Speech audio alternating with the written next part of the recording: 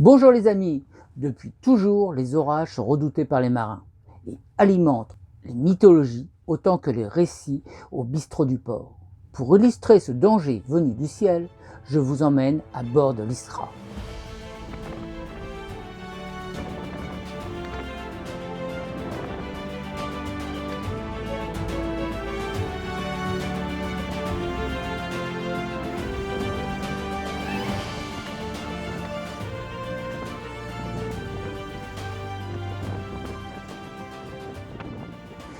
L'été dernier, tour à tour émerveillé, puis enthousiasmé, Gilles a découvert les canaux et les lacs hollandais guidés par son épouse originaire d'Ostende. À la fin de leurs vacances, n'ayant pas encore découvert tous les charmes de la navigation en frise, ils prirent la décision, en attendant l'été prochain, de laisser leur petit côtre anglais, l'Iskra, un Cornish trumper, au mouillage dans le petit port pittoresque de Tunsken de Marraine. Et c'est là, en ce début juillet, qu'il embarque seul à bord de l'Iskra avec 3 à 4 jours de provisions.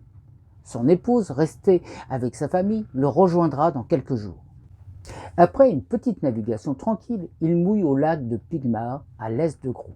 Dans la soirée, il part à pied jusqu'à Grou, qui grâce à sa marina est devenue une vraie attraction touristique. Mais heureusement, la ville a su conserver son cachet médiéval et Gilles prend plaisir à flâner dans les rues.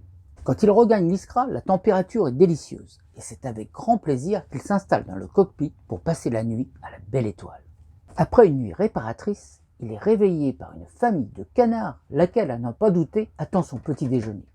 Le vent d'ouest est régulier, force 3 à 4. Ancre relevée, voile hissée, il fait cap sur le lac Smel, qu'il atteindra dans l'après-midi. La température est de 28 degrés. Avec cette chaleur, un bain est le bienvenu pour se rafraîchir. C'est à 7 heures, le lendemain matin, qu'il ouvre les yeux sur un matin aussi beau que la veille. Le ciel est bleu, le vent est pratiquement inexistant. Le baromètre affiche un royal 1025 hectopascal.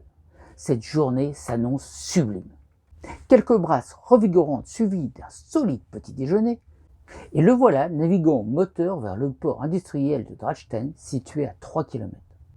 Peu avant midi, il arrive à destination. Et c'est là qu'on lui apprend que le centre-ville est à plus d'1 heure de marche, et que s'il veut la visiter, il serait préférable de plutôt faire escale à la marina de Echthaven, 3 km plus loin. Il est 13h30 quand, après avoir déjeuné, il largue les amarres et met cap sur la marina. À l'horizon, les nuages inférieurs forment de larges dalles noires qui se soudent entre elles. Le baromètre est à 1020 hectopascal. Il a perdu 5 hectopascal en 4 heures. Et le baromètre n'est pas le seul à descendre. La température fraîchit d'instant en instant. À présent, le vent inexistant jusqu'alors souffle du nord-ouest 10-15 nœuds. L'Iskra est bientôt à l'entrée du canal qui mène à la marina, qui est encore à un bon kilomètre. Le vent forcit. Le bruit du tonnerre se fait entendre dans le lointain. Gilles est pris d'un doute. Doit-il risquer de se faire piéger dans la marina où l'espace est confiné et où il n'y a peut-être plus de place disponible, ou continuer sur le lac? Des articles lus dans les revues nautiques jaillissent à son esprit. Sécurité dans la tempête égale espace. Il n'est pas en pleine mer, bien sûr, mais c'est tout comme. Il augmente les gaz du petit hors-bord et fonce vers le lac Smel. D'un œil inquiet, il regarde le baromètre qui a encore perdu 5 hectopascal. Des nuages bas et déchiquetés s'étendent sur tout l'horizon. Les claquements des éclairs qui zèbrent le ciel sont immédiatement suivis de roulements de tonnerre de plus en plus proches. Le coup de baston n'est pas loin. Le vent, toujours de nord-ouest, est monté à 30 nœuds. Une pluie torrentielle s'abat sur le bateau qui atteint le lac. Gilles serre bien les pieds, car il se souvient avoir lu dans le livre d'Olivier de Kersauzon, Vieil Océan, que selon lui, le plus meurtrier dans l'orage, c'est d'avoir les jambes écartées. Et c'est pour cela qu'on voit souvent les vaches foudroyées dans les champs. L'écart important entre leurs pattes provoquant une différence de potentiel mortel. Rapidement, il mouille son ancre avant, puis celle de l'arrière, et s'engouffre dans la cabine. Couché sur la banquette, il se recroqueville sur lui-même, à l'abri sous une couverture. Il grelotte, la température est de 13 degrés. Le baromètre affiche 1008 hectopascal. À sa montre, il est 14h30 quand un martelage infernal commence avec des grêlons de la taille de balles de golf qui viennent s'écraser sur le pont. Iskra gémit sous la traction des 2 ancres en lutte avec le vent qui souffle désormais à plus de 50 nœuds. Toutes les 10 secondes, un éclair fulgurant illumine la surface bouillonnante du lac, suivi d'un coup de tonnerre assourdissant. Gilles se sent petit face aux éléments déchaînés. Il subit la tourmente sans aucun moyen de décider quoi que ce soit. Il a l'impression que son petit cotre se fait massacrer sur place dans un décor de fin du monde. Soudain, c'est une explosion assourdissante. La cabine s'illumine. Gilles ressent quelque chose l'atteindre en pleine face. Effrayé et à moitié sourd, il tire le capot de pont et passe la tête à l'extérieur. Des traînées de fumée bleue sont emportées par le vent. Il porte alors ses mains au visage, des particules de fibre de verre et de peinture parsèment celui-ci. De la fumée se dégage derrière le pavois en bois au niveau des cadènes. Il comprend alors que l'Askra a été frappé par la foudre. Armé d'un tournevis, Gilles défait les vis du liston en bois du pavois bâbord et découvre un trou encore fumant de 4 cm de diamètre. Il traverse la coque de part en part, cadène en acier comprise. Gilles enfonce une éponge dans le trou pour limiter temporairement les entrées d'eau de pluie. Il regarde sa montre, il est 14h35. Il lui semble pourtant que cela a duré bien plus de 5 minutes. À présent, dans le lointain, le tonnerre bat en retraite. La pluie et la grêle se sont arrêtées et le vent s'est calmé aussi soudainement que tout avait commencé. Gilles en profite pour inspecter l'ensemble du bateau. Il constate que le support en bois du feu de mât n'est plus en place. Il gît sur le passe-avant tribord. Les vis de fixation du socle en laiton se sont soudées au métal et la douille a fondu. L'ensemble est noirci et carbonisé. Il ne fait aucun doute que la foudre est tombée en premier à cet endroit. Le courant a dû courir le long du haubans bâbord jusqu'à la cadène et ne pouvant continuer plus loin sa course a perforé la plaque d'acier comme un rayon laser et pénétré dans la cabine. En levant les yeux, il constate qu'un éclat de bois pend en haut du mât et que le fil électrique du feu de mât est dénudé sur une longueur de 20 cm. Par conséquent, il n'a plus aucun doute sur le fait que l'éclair a tapé à cet endroit. C'est à ce moment que Gilles réalise combien il a eu de la chance d'échapper à la mort. Il reprend son calme et décide de retourner à Gros pour se poser et d'aller en ville boire un verre à la santé de la chance. Il appuie sur le bouton du démarreur moteur, mais rien ne se passe. Au bout de quelques essais infructueux, il faut se faire à l'évidence. Il ne fonctionne plus. Il regarde l'heure, il est toujours 12h35. À la montre du bord, 12h35 également. L'aiguille du baromètre est bloquée à l'extrême du bot. Il essaie la radio, mais aucun signe de vie. À nouveau, il essaie de faire démarrer le moteur, mais rien. Il lui faut un certain temps pour trouver la panne. C'est un fusible qui a grillé. Il le change et le moteur reprend vie. Il remonte les ancres et il rejoint Cros juste avant la nuit et téléphone à son épouse pour lui dire qu'il avance son retour. Après une nuit réparatrice, quel est son étonnement de voir sa montre marcher, ainsi que la montre du bord et la radio. Quant au baromètre, lui, il indique à 1025 hectopascales. Il faut bien l'avouer, il se passe des choses étranges à bord de l'Iskra. Dans l'après-midi, Gilles retrouve son épouse à Tusken, où l'Iskra est dématée et grutée. L'expert de l'assurance passe le voilier en revue. En dehors des constatations déjà faites par Gilles, rien d'autre n'est à signaler. 2 jours plus tard, les travaux sont terminés. Gilles et son épouse reprendront ensemble cette croisière fluviale dont ils avaient tant rêvé. Voilà les amis, il est temps de faire le bilan de cette histoire. Alors, quelles sont les erreurs qui ont été commises dans cette histoire ?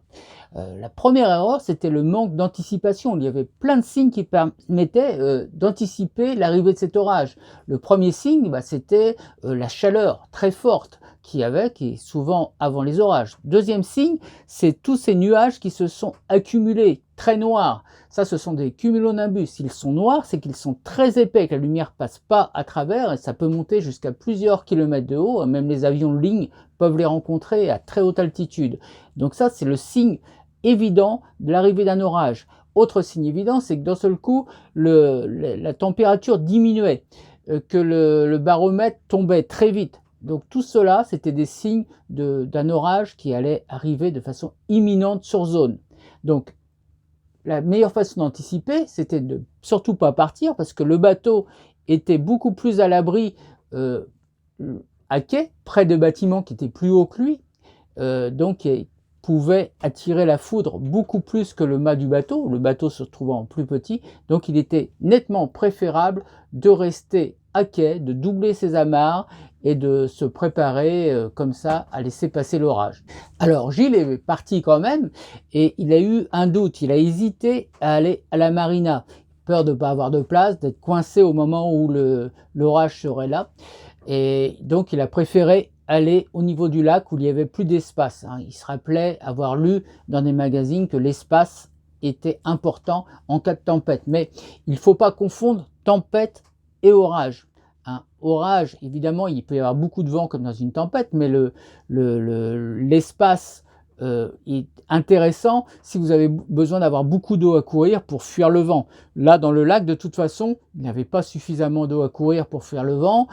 On demande aussi d'être au large en cas de tempête, c'est pour éviter les hauts fonds, les endroits où les vagues étaient très hautes. Là, ce n'était pas du tout le cas. On est dans une navigation plutôt en intérieur. Donc, se retrouver dans une étendue déserte, là, il se retrouvait la cible idéale pour l'orage. Donc, c'était absolument pas ce qu'il fallait faire. Par contre, quand il arrive sur le lac, Gilles a tout à fait raison de penser à serrer les pieds, comme lui conseille Olivier de Kersauzon, car il faut savoir que en cas d'orage, le fait d'avoir les pieds écartés, par exemple si vous vous mettez à courir pour échapper à la pluie, si vous êtes même dans un champ, plus vos pieds vont être écartés, plus la différence de potentiel entre vos pieds vont être importants et plus vous risquez d'être touché par l'orage, hein. L'idéal, c'est d'avoir toujours les pieds serrés, c'est-à-dire au niveau du bassin serré. Et là, la différence de potentiel étant nulle, il n'y aura pas de décharge entre vos deux membres, ce qui est vraiment extrêmement important. Donc pensez-y, si vous êtes en mer et qu'il pleut, qu'il y a beaucoup d'orage, hein, il pleut, donc vous êtes encore plus conducteur, pensez à bien serrer vos membres. Là-dessus, il avait tout à fait raison. Kersauzon était de très bons conseils sur ce phénomène. Alors aujourd'hui, tous les bateaux sont construits avec une norme ISO qui va permettre de les relier tous à la terre, à la mer en l'occurrence. Hein, tous les bateaux doivent être équipés avec des tresses qui vont permettre d'éviter que l'orage ne traverse le pont, comme ça a été le cas sur l'Iskra, où ça a carrément traversé, touché les haubans, descendu le long des haubans, et comme c'était pas du tout relié à la terre, ça a traversé la coque et ça aurait pu être très lourd de conséquences, hein. Donc aujourd'hui, théoriquement, les bateaux sont tous construits avec une protection à l'orage, hein. Je vous mettrai les coordonnées du nom de l'ISO qu'il y a dessus.